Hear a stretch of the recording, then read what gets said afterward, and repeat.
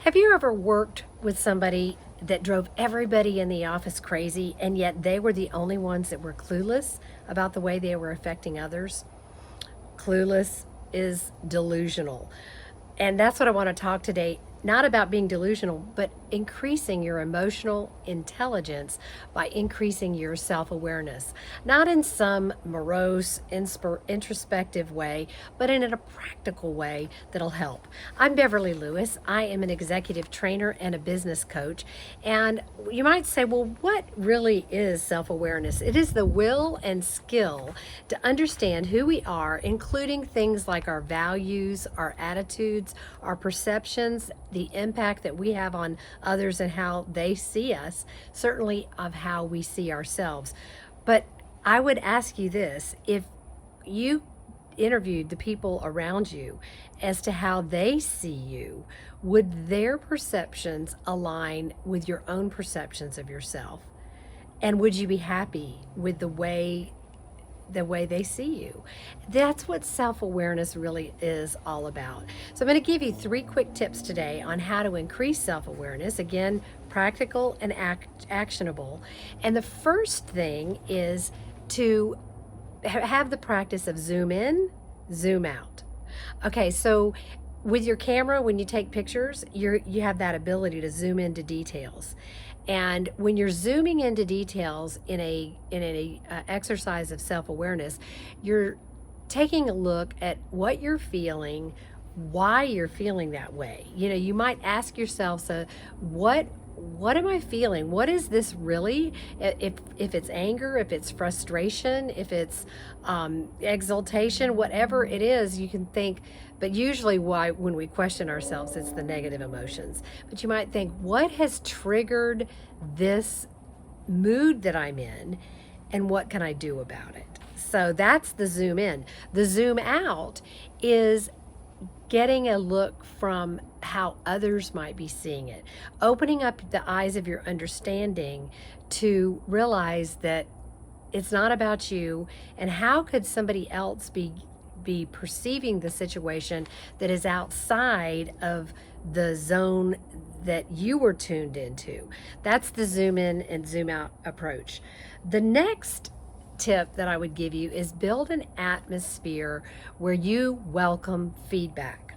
Now, in an office culture, welcoming feedback is really creating an environment of what I call emotional safety, where people can come to work and know that they're not going to be thrown under the bus. They can trust their coworkers, and an atmosphere of feedback, and feedback that is given often, it really creates that kind of a culture. It used to be that annual reviews were when people got feedback from their boss about how they're doing. And a lot of companies have gone away from just the annual review because it's pretty tough when you have to wait a year to tell. It doesn't make any sense to wait a year to tell somebody where there is a conflict that can be resolved. If you don't discuss it, if you don't address it, if you don't get it out in the open, then it can fester, it can grow, it can become a very, very big problem by the time you get to an annual review. And also, this feedback, atmosphere of feedback, comes true of any relationships, really. Being able to talk with candor, and the faster candor is a good exercise in giving feedback, especially if it's related to behavioral things. If somebody's done something that was out of line, or even if you just perceived it to be out of line, uh, it might be a good idea to address that in a very short amount of time. I'm not going to digress too much, but I am going to digress for just a minute and mention that Brene Brown actually has a checklist of 11 things that you have to do before you give feedback.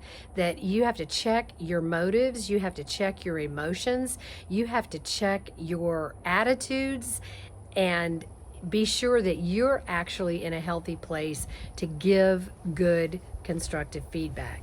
So that's number 2. And the third thing is asking questions.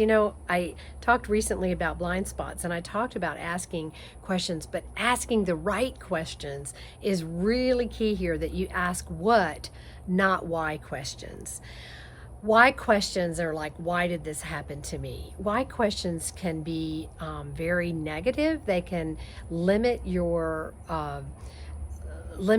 options and understanding things. What questions are the healthy ways to really get to the root of the matter, and ask questions? Last but not least, and it's not really a key point, I just want to mention that looking for patterns in our behavior is a really good way of developing self-awareness and improving your emotional IQ. Look for patterns, good patterns and patterns that need to be improved, and begin to connect the dots, and it gives you a roadmap, so to speak, of how you can implement better attitudes, better ways of dealing with situations, and have a healthier self-awareness. Because the benefit of a good self-awareness is that it creates stronger relationships. It results in more higher performance at work, in more effective career promotions. There's just a whole lot. Oh, by the way, a personal one is it also helps you be more creative.